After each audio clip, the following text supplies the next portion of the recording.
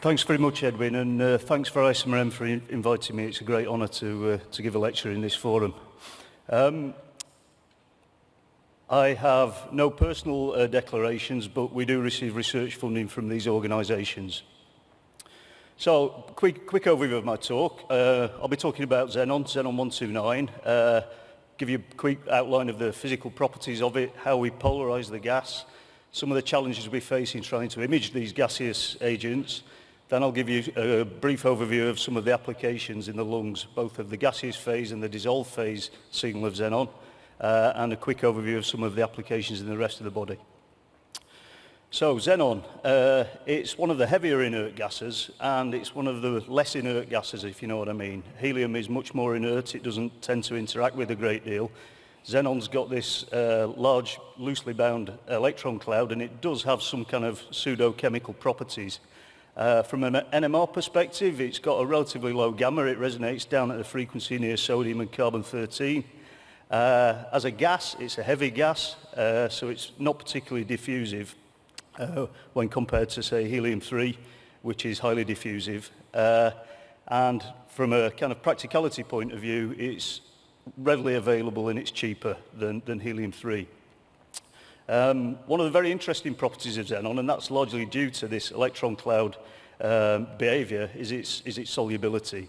So this distensible electron cloud allows it to get in amongst a variety of solvents, and it has very large chemical shift ranges depending upon what it's dissolved in. Some of the kind of Oswald dilution coefficients given there and the chemical shifts. So there's a spectrum of xenon dissolved in the lungs. You can see two peaks, one from the tissue and plasma, one from the red blood cells, and a peak from the gas in the lungs. How do we get a signal, enough signal to image a gas? Well, we use optical pumping for hyperpolarization. It's basically a process of deposition of laser angular momentum from a circularly polarized beam of photons coming from our laser into the xenon nucleus using an intermediary spin exchange mechanism involving an alkali metal. So we're optically pumping the valence electron of an alkali metal down here with this kind of this transition here.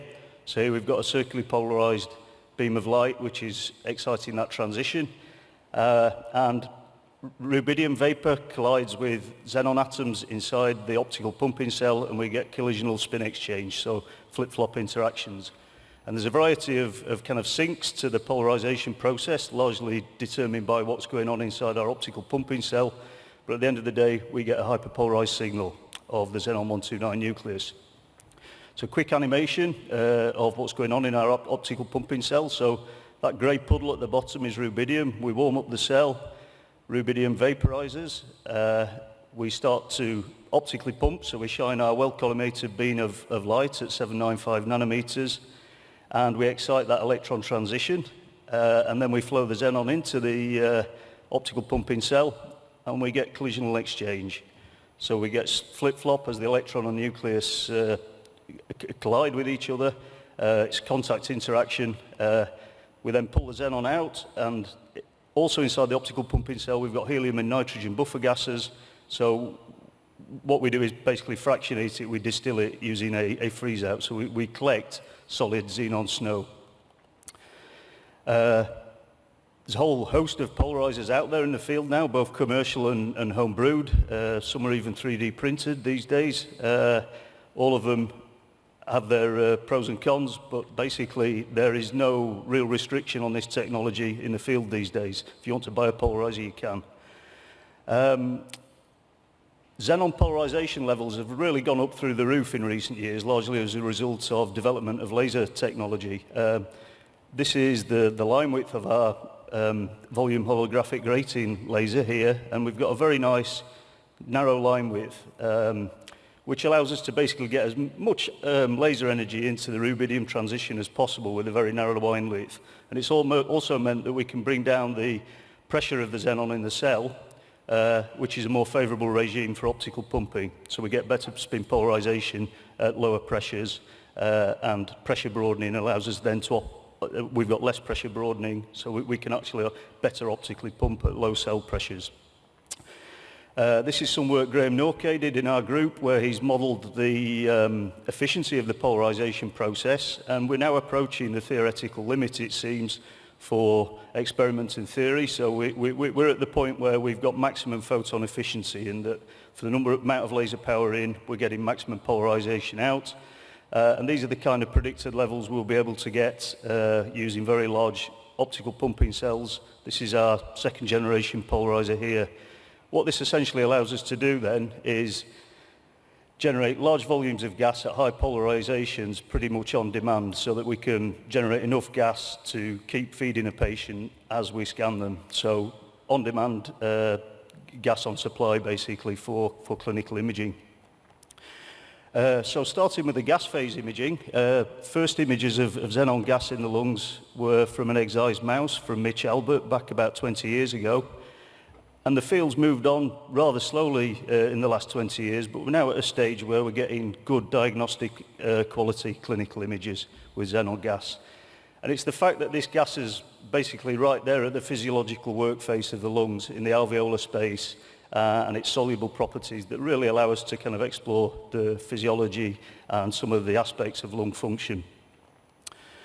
So, a bit about how we actually image the gases. Low flip angles for hyperpolarized samples generally lend themselves to a kind of robust sequence. You deplete the polarization slowly. Here's some work we did at 1.5T and 3T.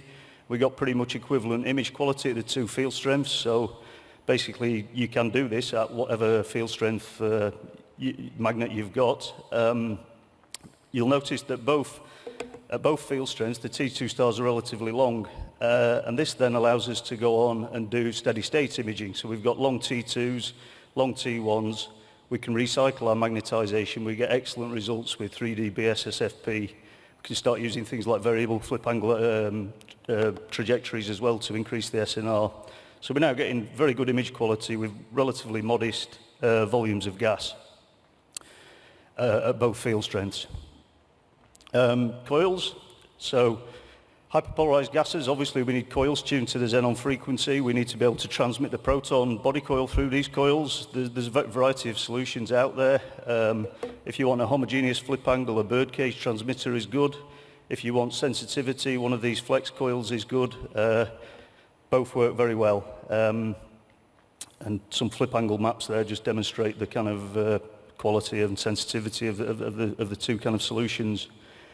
One thing we're really interested in is getting the structure and function at the same time. So the proton images of lung structure are important to us. So some of the work we've been doing is working on nested proton arrays to go inside, because the proton signal from the lungs is weak. So anything we can do to increase the signal to noise from the proton signal is a benefit. And equally, a phased array, receiver array, parallel imaging array for xenon gives us extra SNR. So here we've got 3 coils nested inside the proton body coil, a transmitter, a proton array and a xenon array. And this gives us added SNR for both the proton and the xenon signal. We can then go on and do parallel imaging. Some nice work here from Isabel Dregely, where they did some 32-channel 129 xenon imaging at 3T. Because we've got a finite polarization, the kind of standard rules for parallel imaging in terms of SNR and the number of encoding steps is somewhat broken with hyperpolarized samples. So we can actually really increase the limits of SNR whilst pushing the acceleration factor. Similarly for compressed sensing, if we can reduce the number of RF pulses, we can up the flip angle and get higher quality images and also reduce scan time. So here's some 3D compressed sensing xenon ventilation images that we're getting in Sheffield now. The following speaker, Tally, will talk about helium. One thing we're interested in is evaluating the two gases side by side. This is some work we did where we imaged the helium and xenon at the same time in the lungs, so we're getting co-registered multinuclear imaging that allows us to capture the lungs in the same inflation state.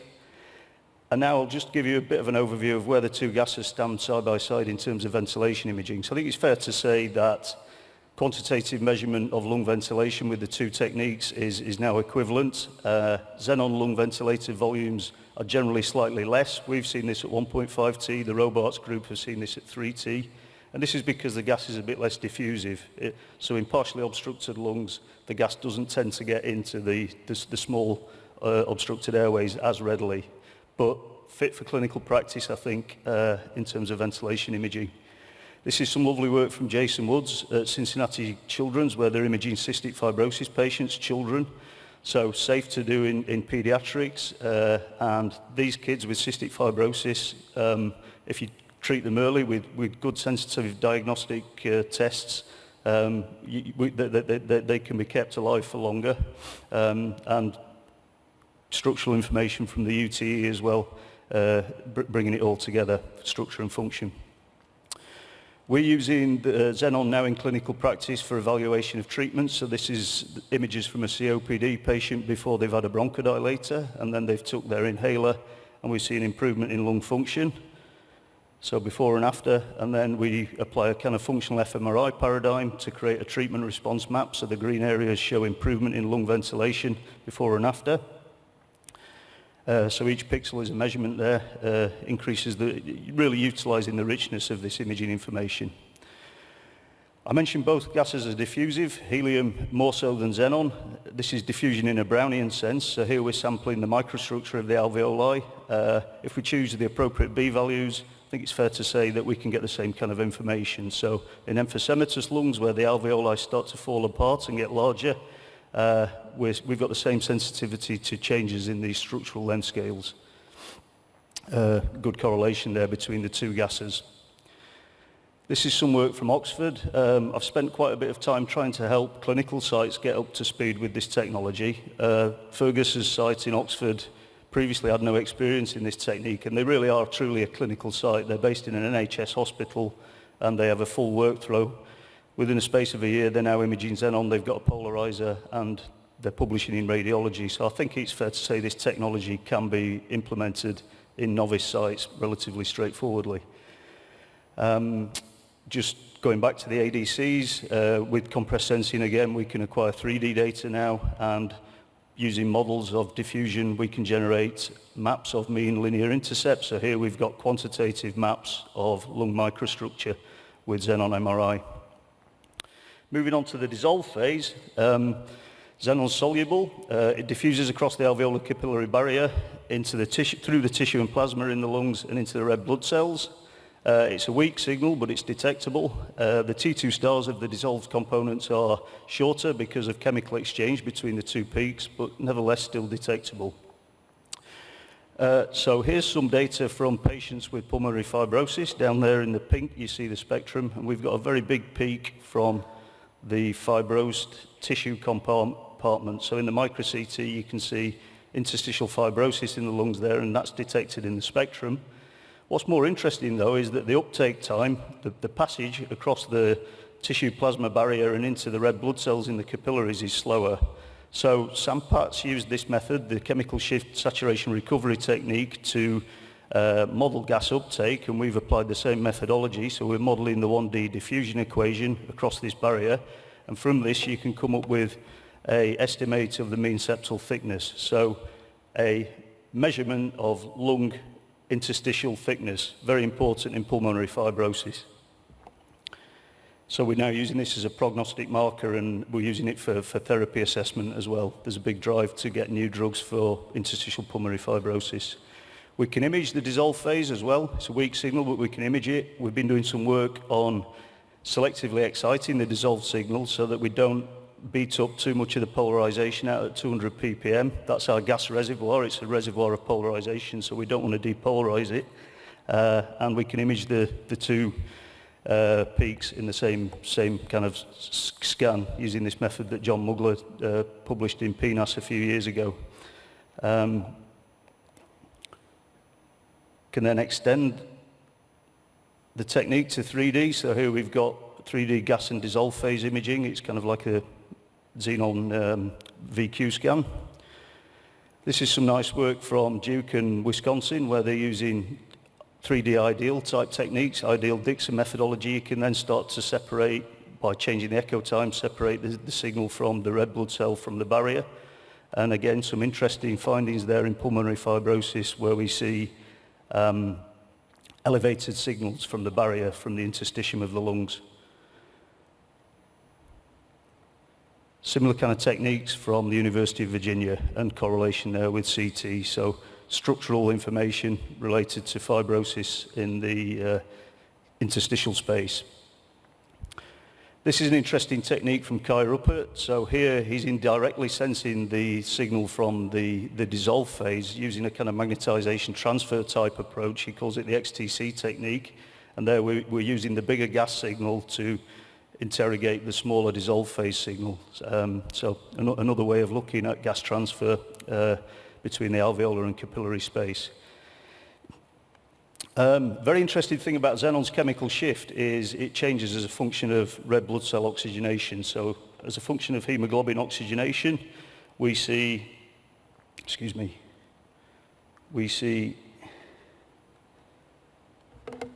a change in the chemical shift of the red blood cell peak. So it gets further away from the tissue plasma peak as a function of time. And here's some work Graham's done measuring the dynamic red blood cell oxygenation in the lungs as a function of time based on the temporal dynamics of the chemical shift. So a means of measuring the SO2 in the blood cells in the capillaries at real time. If we're interested now in getting the dissolved xenon further upstream, out of the lungs and into the other organs, we need a long T1. So in oxygenated blood, the T1 is quite long, it's nearly 8 seconds. We've measured that in samples. And now we can start to look at it in other organs. So this is some work Madhwesha's done with chemical shift imaging. So we're looking at the different compartments of the brain now. So peaks from the grey matter, the white matter, and xenon in the CSF with CSI. Big peak there from the grey matter is the salient feature. So we can disperse that peak with imaging gradients and start to look at, getting ahead of myself. This is some dynamic time course data. So now we're looking at the uptake kinetics of xenon going from the bloodstream across the blood-brain barrier into the grey and white matter. So this is telling us something about the blood-brain barrier permeability, we think. Using 90-degree pulses, we selectively destroy the magnetization and then watch the uptake as the xenon seeps into the across the blood-brain barrier and into the brain. There we go, yeah, now we're imaging it. So here are dissolved phase xenon images using simple short echo time gradient echoes at 1, 5 and 3T. Over there on the left is the segmented grey matter image from xenon in the brain. A couple of sagittal slices. This is some work that Madhwesha Rao's been presenting at this meeting. Really encouraging signals, these. Just having inhaled only a litre of xenon in the lungs and held the breath, we get this kind of signal to noise. And that can only get better with array coils. So this is what he's working on at the moment. So some work from Mitch Albert. Mitch has done some nice work in animal models, both of stroke and fMRI. So you can see activation maps with the xenon and basically a gaseous perfusion agent as well for stroke. And again, I won't go into this in great detail, but the chemical shift sensitivity means that all sorts of interesting tricks can be played with xenon in and around interesting chemical complexes. So hypercest type experiments where we selectively irradiate from Mitch Albert, and a relaxation modulation technique, hypercert from Thomas Meersman, using xenon inside chelated contrast agents with paramagnetic attachments. Going outside, back into the human body now, this is some lovely work from University of Virginia, presented last year by John Mugler. So here we're seeing dissolved xenon in the kidneys, nice uptake of xenon down in the kidneys, and some lovely work presented at this meeting by Rosa Branca, where they're looking at the uptake of xenon in the brown adipose tissue as a function of temperature. So looking here at metabolic processes as brown adipose tissue starts getting metabolized, and comparisons with PET there. So looking ahead, I am of the opinion that xenon is now ready for clinical practice. I think Tally's going to give you some lovely images of what helium can do, and I think as a community we feel that the two gases are equally useful. And I think xenon's added capability will mean that there's no question it's not ready for clinical practice. These are the kind of image quality we get now with natural abundance xenon, so that's a litre of natural abundance xenon, costs £20 in terms of raw material costs and diagnostic imaging quality. What's important for us in Sheffield is we can now do this diagnostically though. We've got an MHRA license for clinical diagnostic imaging, so we can manufacture the gas using our polarizer and dispense it for clinical indications. And clinicians from around the north of England are now sending us patients for lung imaging. Where we see the technique making immediate impact is in clinical trials for evaluation of new therapies. And Jason Woods at Cincinnati has put together a consortium to exactly tackle this problem. As a multi-centre kind of collective, we're well poised to do multi-site studies. So, I'll leave it there. I'd like to acknowledge all my co-workers, all the members of our group, everyone we've worked with over the years, establishing this technology and kind of evaluating it. And yeah, they're the key players in terms of the scientific content of this talk. Thank you very much.